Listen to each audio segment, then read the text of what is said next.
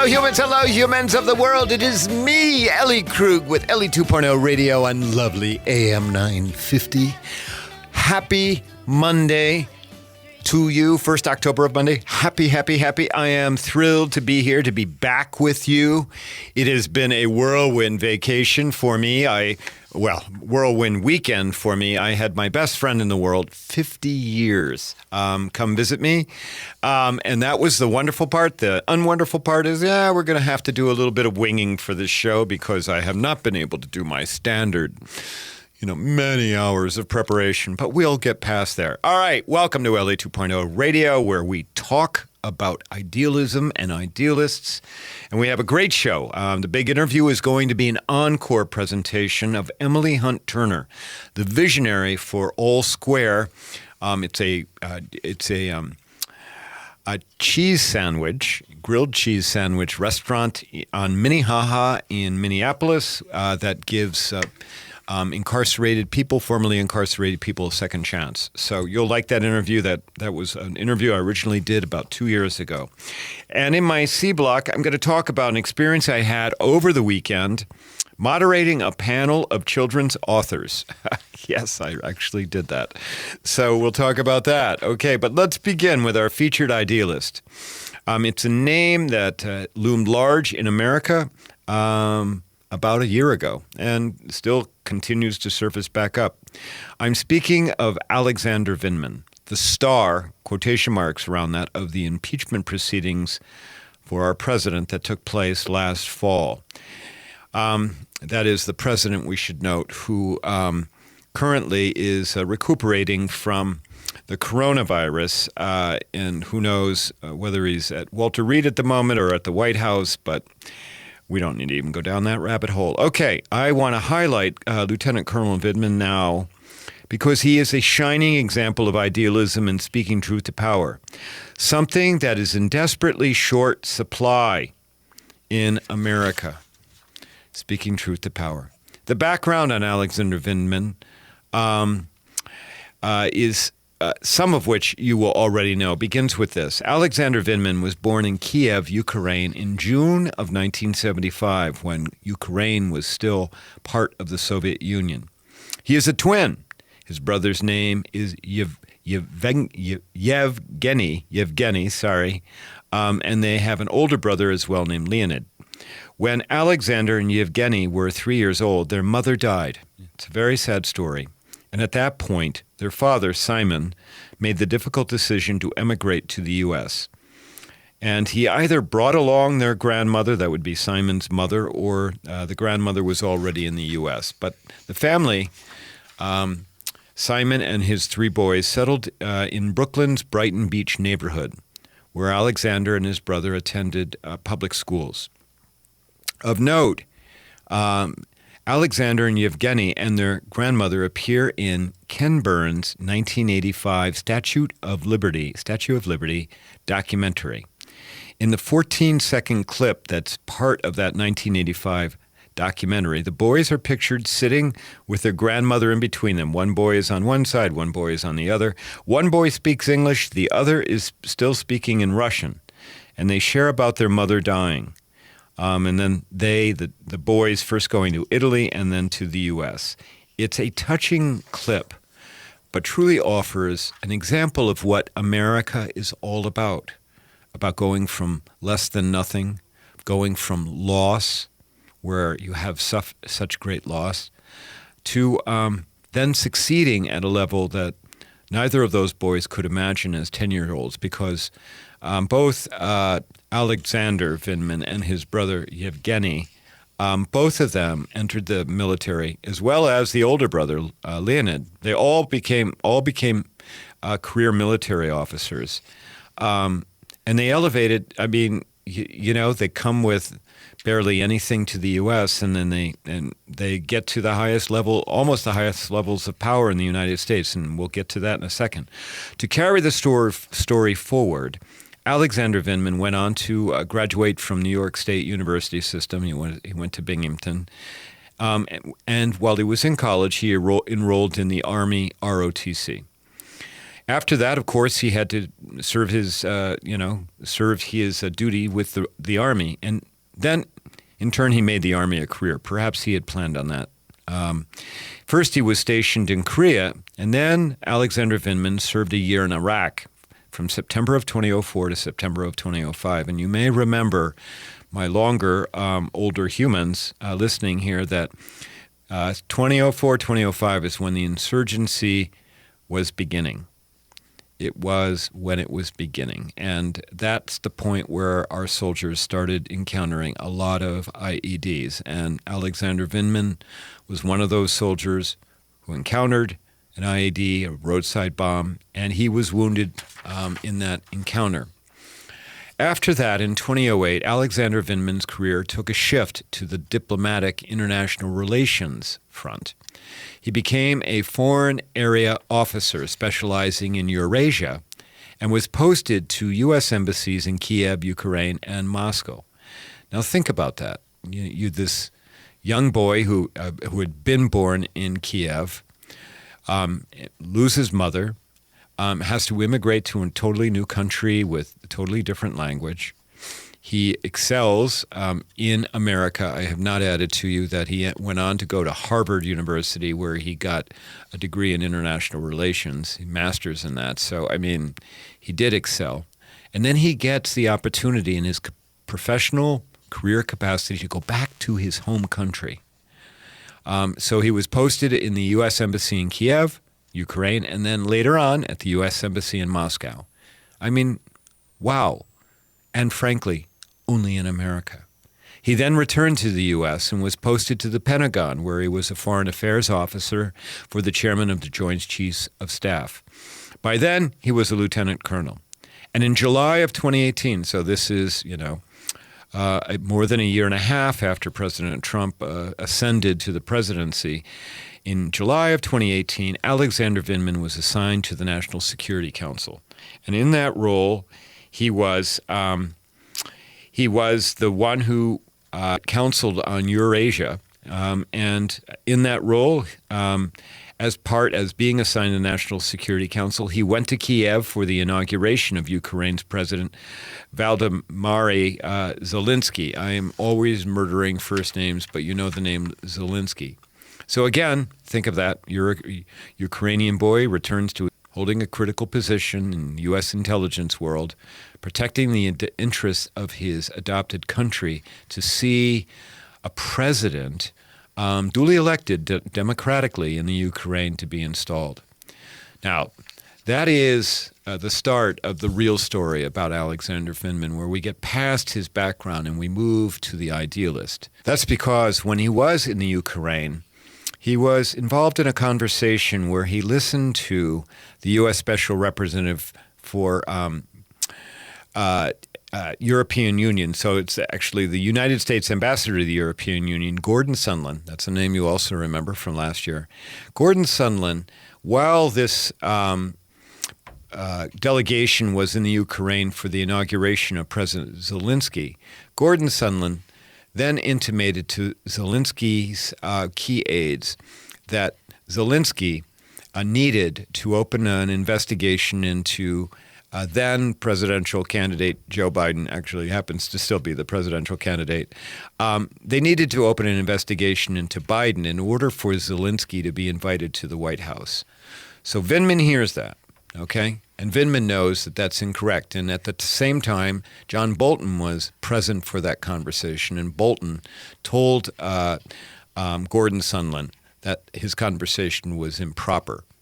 And you may recall Bolton has spoken about that, and he cut Sondland off.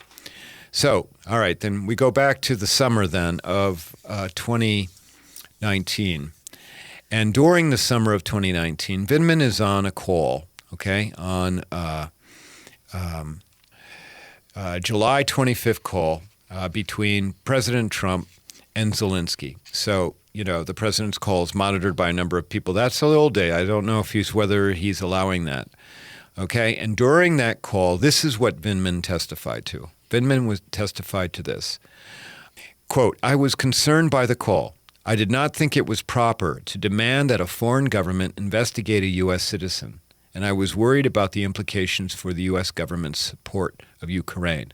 I realized that if Ukraine pursued an investigation of the Bidens and Burisma, it would likely be interpreted as a partisan play, which would undoubtedly result in Ukraine losing the bipartisan support it had thus far maintained, unquote, in Congress. After that, Vindman does what he was trained to do, and he reports that he had heard this occur with the president doing the quid pro quo. He goes through the chain of command to the military. Ultimately, that's what led to us hearing about Vindman's name and him testifying before Congress relative to the impeachment proceedings last year. We also know that as a consequence of Vindman's testimony, he essentially was fired. He lost his position with the National Security Council. In fact, he and his brother, Nevgeny, had also been posted to the White House. Both of them were literally escorted off the White House grounds. Alexander had planned to stay in the military. However, President Trump started tweeting about him. And he made Alexander Vindman's life very difficult. In fact, Vindman, who was married, had to ask for special protection from the Army because he was concerned about threats to his life, the life of his wife. Ultimately, Vindman retired. And then recently, we have been seeing him on MSNBC. He's in civilian garb and not on the military dress. Here's the bottom line about Alexander Vindman. He is somebody who is an idealist, okay? He was trained to speak up when he saw wrong, but he had a lot of guts because you can be certain there are a lot of people that did not speak up, and even to today who see things wrong with this administration, who stay silent, who do not blow the whistle, who do not speak up. But Vindman did, and that's because he believes in America. That's because he wants the promise of America to be held firmly for all people. So there you go. Alexander Vindman, our featured idealist for today. Read up on him. All you have to do is go to Wikipedia and just Google his name. He's well worth understanding because that is the way idealists work. Thanks a lot. We'll be back. You're going to get the encore interview, and then I'll be back with you with the C Block. Thanks.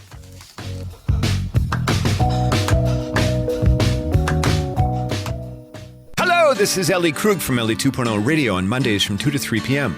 Many listeners know that I train on human inclusivity and on how to be welcoming to diverse humans. Today, organizations of all sizes find that they need to train team members on equity and dismantling racism. I can do that. Many say that my trainings change how they see the world. And now I'm doing all of my work online, so everyone can attend regardless of where you're located. For more information, go to elliekrug.com. Thank you. I look forward to hearing from you. Better Futures Minnesota's Reuse Warehouse has big news. We have a brand new online store. Check out reusebfm.com. This is a great way to see what we carry in the Reuse Warehouse. Appliances, building materials, kitchen and bath fixtures, lighting, flooring, lumber, heating and cooling items. Don't miss the beautiful benches and COVID safety shields that are hand-built using reclaimed wood from our deconstruction projects. Check out reusebfm.com. That's reusebfm as in betterfuturesminnesota.com. How long till my soul gets it right? Will any human being ever reach that kind of light? I call on the resting soul of Galileo, King. And we are back on AM 950 on Ellie 2.0 Radio. It's now time for the big interview. And I have with me in the studio, Emily Hunt Turner, who is the epitome of an idealist. Emily, welcome to Ellie 2.0 Radio. How are you? Thank you so much. I'm great now that I'm here. How are you? I'm good. Yes, thank you for driving out to Siberia to come and talk to us. Absolutely, I'm happy to be here. So Emily, I'm having you on the show because as soon as I heard about you and I heard about your work, I was like, oh yeah, that's an idealist. That's a real idealist doing the work. So what I have about you, in very short order to introduce you to the audience, is that you are a lawyer, right? Guilty. Yes, you are also a a writer. You're in the middle. You're very close to finishing a book, which I want to talk to you about in a second. And then more than that, and really what gets you here is that you are the founder of a nonprofit called Foursquare. And that is about helping people who have an incarceration past make a clean slate and go forward. Do I have that right? You do. It's all square, but we get Foursquare a lot because okay. technically our sandwiches will be cut into Foursquare. All right, so all square, yes. Yes, perfect. Sorry, there we go. That's all right. It's all good. Okay, and so will you tell me about All Square? And then we want to get, as my listeners know, we're going to get into you, Sure. what makes you tick. But tell us Sure. about All Square. Yeah, briefly. So All Square is as you mentioned, we are a nonprofit, or actually a civil rights social enterprise, and we're centered on a craft grilled cheese restaurant and companion professional institute. So our aim is to really, shortly, I think our aim is to really critically invest in and empower formerly incarcerated people. Okay, well, that's a lot. A very quick summary.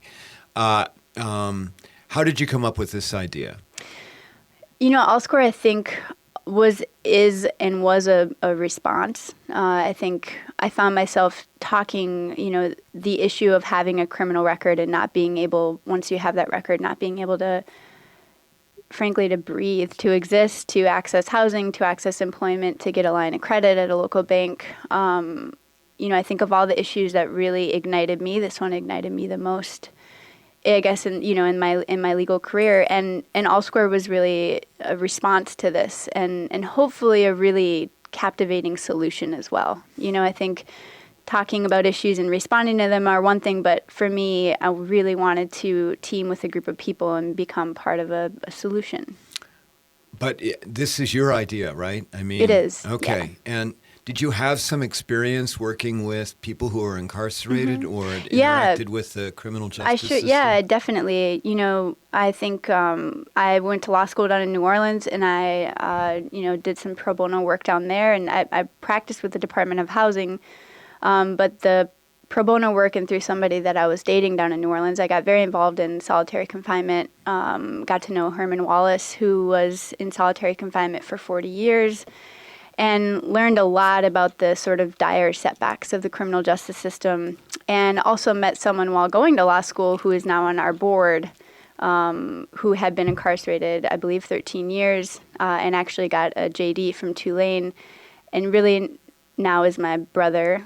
He's a groomsman in my wedding, is a board member of All Square, and really has, for me, been, I have a handful of formerly incarcerated mentors who have fundamentally redefined what it means to be formerly incarcerated for me, and who have, I think, at the end of the day, been the drive behind why I wanted to do this. Well, but you're relatively young. You're not. I'm going to guess. I don't feel it, but well, I'm going to guess. I mean, you're in your 30s. I am in my 30s. Yes. Okay, yep, so, halfway through. All right, but you're not somebody who's already established a career, built up some kind of cash surplus, and been able to go and do some other things. And I think that's what, that's, I think, very interesting and pretty darn brave. I appreciate that.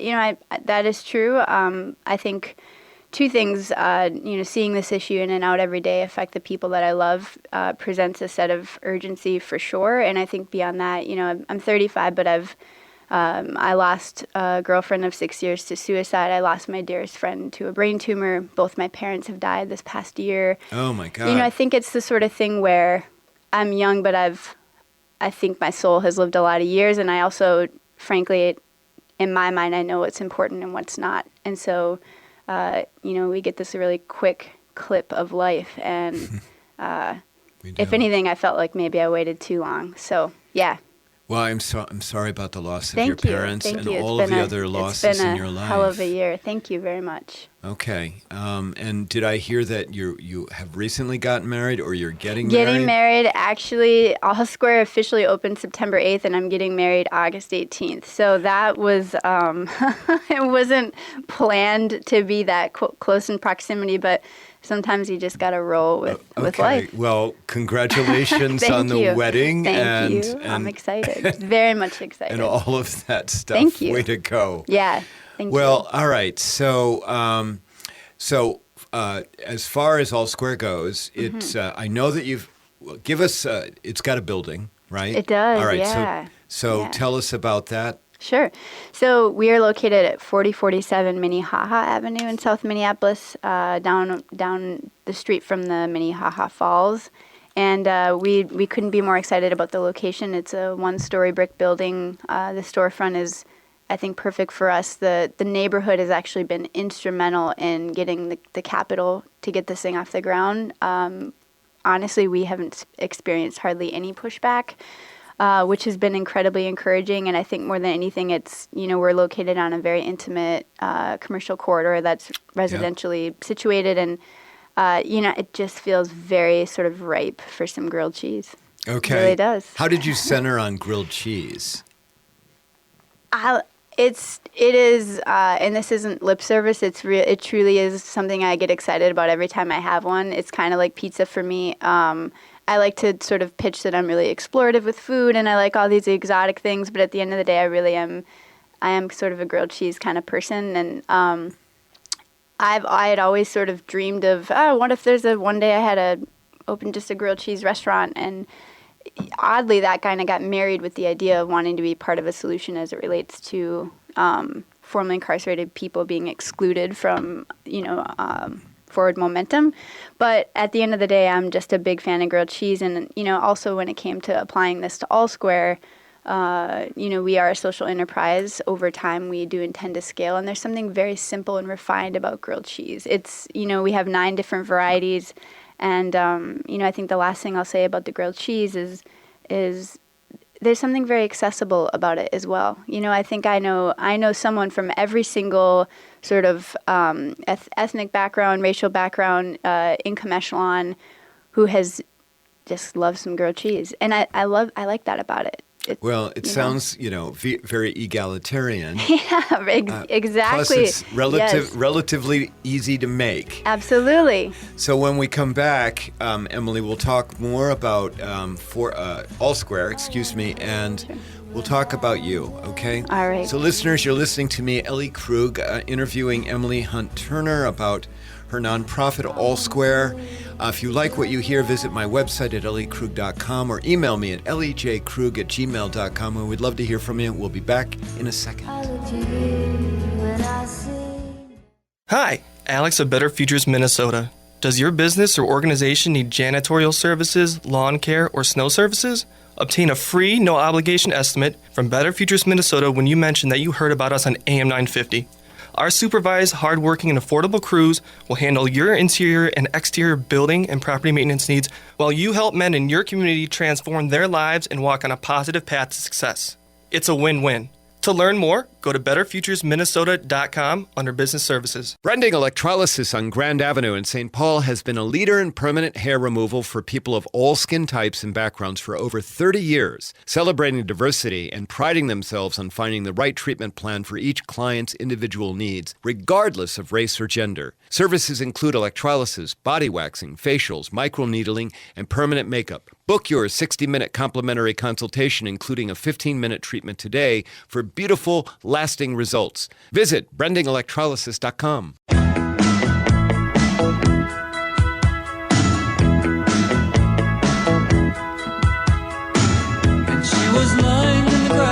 And we are back on LD 2.0 Radio. Oh my goodness, and we're sitting here speaking with Emily Hunt Turner, and I'm being so incredibly inspired. So Emily, All Square will employ, once it's launched, and you said it's going to launch when now? September 8th is our grand opening. Okay, September 8th. I know you've done a soft opening, right? Mm-hmm. Okay, on September 8th, when it's launched, it's going to employ formerly incarcerated humans, right? Yep. How many people are you going to employ? Yep. So we'll have 12 fellows, and I say fellow because we have a 12-month program, and the restaurant is certainly in our mind a captivating way to put money in people's pockets. But in tandem with the restaurant, they'll be traveling through a 12-month program with the Institute, and the Institute is focused on law and entrepreneurship, and that is based on, we have 4 formerly incarcerated board members. One's a lawyer, one's a paralegal, and 2 are entrepreneurs. And they feel very strongly that these are 2 tracks that actually are very sort of natural progressions. One's coming from the inside and being on the outside. So, yeah, I think for us, that's the program, and it's 12 months long. And I think we wanted to make sure that it was a lot more than just a paid position at a restaurant. We really want to invest in people and foster, vibrant careers. And is there a template that you're using, or are you just creating this as you go along? We have somewhat of a proof of concept called Edwin's out in Cleveland. It's a fine dining restaurant and institute. It's purely based on culinary arts. We've certainly adopted a similar model, but tweaked it. Grilled cheese is I think for us, a lot more manageable as far as the fast casual model. And I think also, our institute, we really wanted to, our students will get a culinary background for sure in the restaurant, but I think we've thought a lot about meaningful and potentially sort of tailored to having the experience of been through prison. So with some careers that are sort of most promising, and we believe that entrepreneurship and the legal discipline are 2 careers that could, as our board will prove, have really worked well for people who have been on the inside. So. And if people want to learn more about All Square, where do they go? And how can they donate? Because I know that you're looking for, you're a nonprofit, you're always looking for money. Always, yeah. I guess as the founder, I'm always on the hook for looking for money. But yeah, our website especially, and our handle is at All Square MPLS, and our website is allsquarempls.com. And, on the website in particular, there's a how you can help page, and both with sort of capital, but of course also in other sort of in-kind donations and volunteer instructing. I was very impressed with your how to donate, how to help page, that it had multiple channels of ways absolutely. to help. There's so many ways to help. Money matters, but that's real, but there's a lot of ways to be involved, and people have been very activated by that, and we're very excited. That's just... All right, so now I want to talk about you. Okay. All right. Yeah. So what has made you the kind of person that would divert from what was a promising legal career? I mean, you were working for the federal government. Those are plum jobs.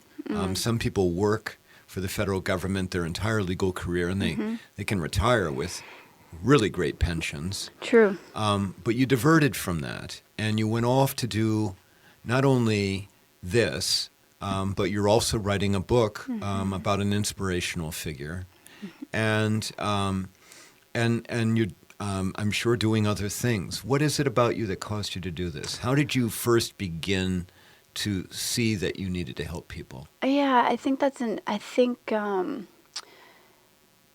think that admittedly, growing up in rural North Dakota, I felt very supported by, everyone has their own experience in a rural community. Right. I loved my hometown of 8,000. I felt incredibly supported and involved, and this is just being honest. I think going to school out in New York and eventually Atlanta and New Orleans, I think I got a taste of, and certainly practicing in the legal discipline, I just frankly didn't understand that there were systemic issues that uprooted the lives and minds of so many really beautiful people. And I think that is, yes, maybe I guess it does sound idealistic to sort of believe that there's a world where that doesn't exist, but I was really troubled by it. And I think the most acute example of that was practicing as a lawyer for the Department of Housing and seeing for me that this idea of housing discrimination and sort of racially charged, housing covenants were a thing of the past. I think I believe that. I think that certainly, in my mind is what was true. And I think seeing professionally in the legal career, seeing how sort of discrimination was coming up, being built into lending algorithms very, very carefully and meticulously, not always intentionally, but sometimes intentionally, and also seeing it come up in land use and zoning policies. And, there are very sophisticated ways that systemic exclusion is manifesting today. And if I'm being honest, I just sort of lived my way into really seeing that in a very keen way. It's one thing to read about it, Right. and to read, social media, though, is getting very polarizing, and there's a lot of anger. But I think to live it, and then most importantly, to see and feel the stories of people who are being impacted by these policies, that it really impacted me gravely. It gravely impacted me, and I think on top of that, I've had a beautiful but imperfect life myself, and I just think we're living in a world where we're encouraging people to get out of prison and kind of get their shit together, if you will, and tighten up and button up and move forward. Yet every access to opportunity seems to be denied on the basis of having a record. It just felt like we're better than this. I really believe that we're better than this, and I really also believe that I'm not sure that everyone's really even aware of just how insidious some of these issues are. That's kind of what I think drove me to at least make an attempt to do something and be a part of a solution. Well, it's got to drive you in a big way. I mean, I'm assuming you are waking up every day thinking about All Square, thinking every day about people who are suffering as a result of a system that is just incredibly oppressive to certain people based on the color of their skin or the communities in which they were born or the people that they love, all of that. I mean, absolutely. I don't know about you. I call myself a practical idealist. Sure. I think every day about how I need to do something to help make the world a better place. Absolutely. And I think, it was interesting building into All Square too was I think the approach for me has been the idealist, but I appreciate the word practical idealist because, I would also like to consider myself an informed idealist. And I say that in that, we've been incredibly thoughtful with this model, and it isn't a bleeding heart model. It isn't charity. It is incredibly thought out. It is a very savvy business model. I think we feel very strong with what we intend to do with All Square as a brand. There is well-meaning and there is a whole lot of passion in it, but it's informed by really solid practices and a structure that I think is going to really work, and that matters too. I think we've really tried to be mindful of that. Well, your goal is to take it beyond Minnehaha Avenue, right? Yeah, absolutely. I think I think one of the most compelling parts of All Square, and when really talking about striking a chord and starting a movement or being part of a movement, because there's so many people out there fighting for this very same thing. For people who had formerly incarcerated. Yeah, absolutely, right? Absolutely. I think that All Square says something. The name All Square, yes, we have square grilled cheese and that matters, but the name All Square says something very strong about and very powerful in my mind about, once you've done your time, you are all square and you are free to move forward. And I think right now the reality is that is not something that people are able to live. They aren't square. They're being denied despite having already paid their debts or paid their fines or whatever that might be. And so I think this is a call, All Square is a call locally and eventually nationally to really talk about that, to address it in a meaningful way. And I think it's also a call for all of us who don't have a record to really think about whether or not we could, and to question our own criminality. And I don't know if you've heard of Emily Baxter's book, We Are All Criminals. It's based in Minnesota here, and it really... Emily's one of my friends. I mean, I just absolutely love her, and it's not just because we share a name, but that book has helped me and everyone I know also question, like, wow, the reality is I could have a few DUIs, I could have possession charges, I could have charges that would have prevented my accessing and getting into law school, and my whole life would have been changed. And so really questioning and wondering why I don't, and thinking about all the times that I have been let go, and I have had, encounters with law enforcement and have had different experiences than other people. That is real. That is real. It's not hyperbole, and it's something that we need to talk about. Well, we absolutely. I mean, we need to have a lot of honest conversations. But what I find with my work is that when we engage in those conversations, a lot of people are willing to have them. They're just afraid. Yeah, They're afraid to have absolutely. them. But we just need you and me as idealists, as practical idealists here and informed idealists there. We just need to set the stage. Here's one last question I have for you, and because we have only about 2 minutes left. You bet. Are you finding difficulty in getting your message out, in getting No. All Square, recognized, and being able to get, some, because you need to have recognition in order to make traction? Absolutely, and I would say unequivocally, no, we're not having trouble with that, and that to me has been what's so inspiring about it. I think that I believe in the fundamental sort of human grain of all people, and I do believe we're striking a chord with people, and I would like to hope that some of that is our approach, which is to be very real and forthcoming about a very real issue, but also to I'm about bridging. That's just my approach. Everyone has a Oh, different my approach, goodness. but that's my world, and I think All Absolutely. Square hopefully is a place a site for coming together and breaking bread, and frankly, on the erring on the side of being cheesy, loving each other. I mean, that's what we're hoping for. Well, I love what you're doing. Thank you.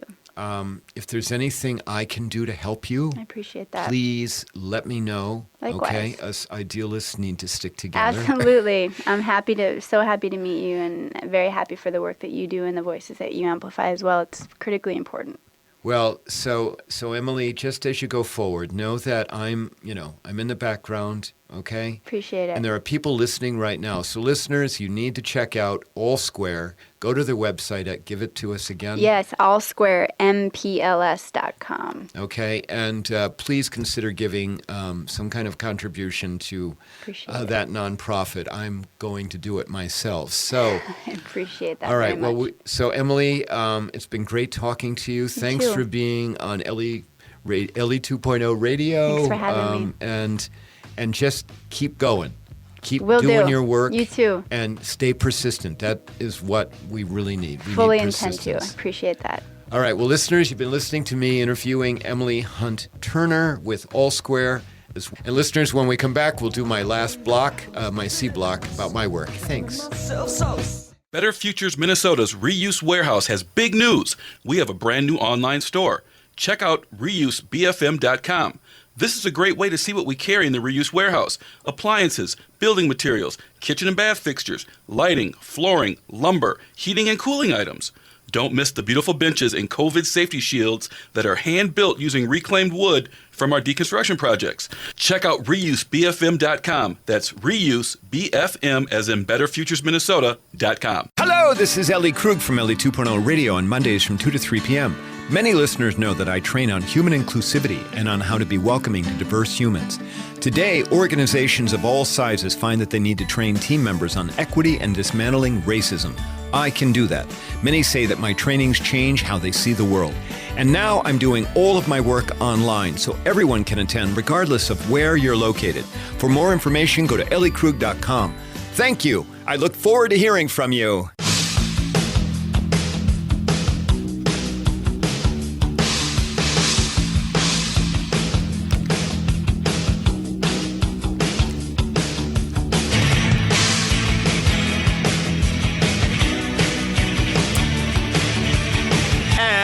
We're back. Ellie 2.0 Radio. Ellie Krug here on lovely AM 950. Okay, Emily Hunt Turner is quite the idealist, and All Square has survived. It is still open. I've been riding my bike past it. Go support All Square. It's on Minnehaha in South Minneapolis. Please do that, okay?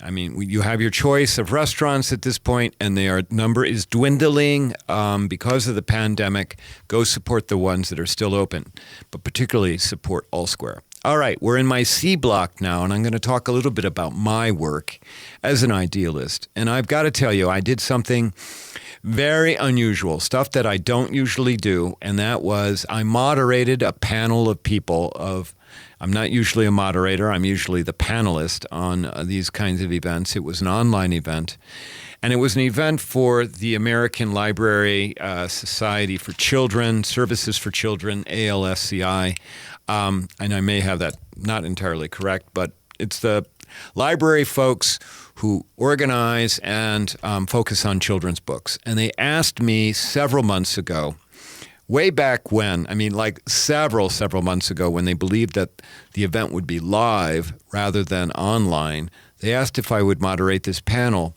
of 3 children's book authors. And I said yes. I don't know necessarily why I did, although I love librarians. I'm a huge fan of librarians. I've presented to librarians a number of times, and I love librarians generally because I believe that they literally are the last level, the last defense that we have for keeping democracy. I do. They are the keepers of the books. They are the keepers of truth. And that's why I love librarians, and I know that's why I said, okay, because when librarians ask me to do things for the most part, I'm like, okay, I will do that because I believe in you. So that was, kind of the background, but I've got to tell you, I know nothing about children's books. Both of my daughters are, one is 30, one is 28. It has been a long time since I've read Goodnight Moon, okay? Or The Giving Tree. And and children's literature has changed dramatically. The panel was about LGBTQi-identifying authors. So each of these authors identified as LGBTQ, and they write in one way or the other about LGBTQ experience. And of course, I'm transgender, so I'm on that alphabet. So who were the people that I had? I had, first of all, an illustrator, then turned book author, Christian Robinson, who's the author of Last Stop on Market Street, which won a Caldecott Award in 2016. He's also got a couple of other books that are picture books, but one has text. That book is You Matter, and the other one is called Another. And Another is just all it is illustrations about how we view ourselves. And Christian Robinson, wonderful illustrator. I mean, my God, his pictures are wonderful. So I had him.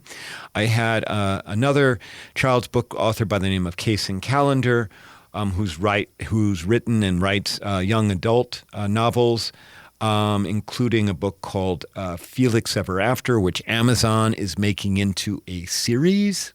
Believe that, okay? And then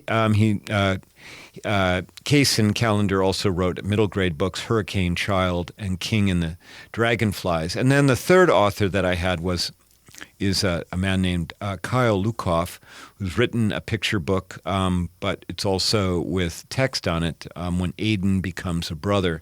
It's about a young transgender child. So I had the 3 of them on. You have to understand, I am in my 63 years old. Kyle, I think, is in his early 40s, but the other 2 authors are in their late 20s or early 30s. So there's this age difference, and there's generational difference between the 2. And we had a call where I wanted to prepare. They went along with it, and I took this seriously. I went and bought a bunch of their books. And read all the picture books. They were easy, and I started on, King and the Dragonflies. I'm not through it, but I highly recommend it. So I prepared, and then we got on the panel, and we went forward and did it. And I am the kind of person, I want to get to like the nitty gritty. I'm not like real good about, who's your favorite author? Tell us about that. I'm like, we got librarians here. By the way, we had 422 people who attended virtually. And I'm like, let's tell the librarians how they need to be good and how can they protect young LGBTQ kids. And from there, we went to talking about what does mattering mean in the world and what is human authenticity and how did you find your authenticity. Suffice to say, these were, because I don't do this regularly, I don't know where the lines are, but these were questions that the panelists don't ordinarily get and the audience members don't ordinarily hear. And so there's a great risk in that. But boy, the chat was blowing up with, my goodness, I can't believe what I'm hearing right now. I am in tears with some of the vulnerability that the panelists were giving. I mean, people were speaking from their heart on the panel. And I think it turned out all right. And I was quite nervous about it, I have to tell you. I mean, my God, 1,000 talks I've done, close to it. And boy, I was really nervous about this. And so it just goes to show, why am I telling you this? It goes to show that when you show up, and you're somewhat prepared at least, but you're willing to talk from the heart, the things that we get out of that as both speakers and listeners is amazing. That's me, the idealist there. Okay, that's it for the show. I've got to give a big thanks to our sponsor, Better Futures Minnesota, which gives people a second chance, just like All Square that I told you about earlier. And so go and support Better Futures Minnesota. A big thanks to my producer, Brett Johnson. Brett's had to work a little bit today because Ellie has been shooting from the hip a bit. And so thank you, Brett, for always being so good to me. And my listeners, thank you for being good to me as well. Visit my website at elliekrug.com. Sign up for my newsletter, The Ripple. People love the Ripple. Follow me on Twitter. Please follow me on Twitter at Ellie Krug. Most of all, will you do me this favor? Go out. Go do an act of kindness. Make the world better. We need that right now, desperately.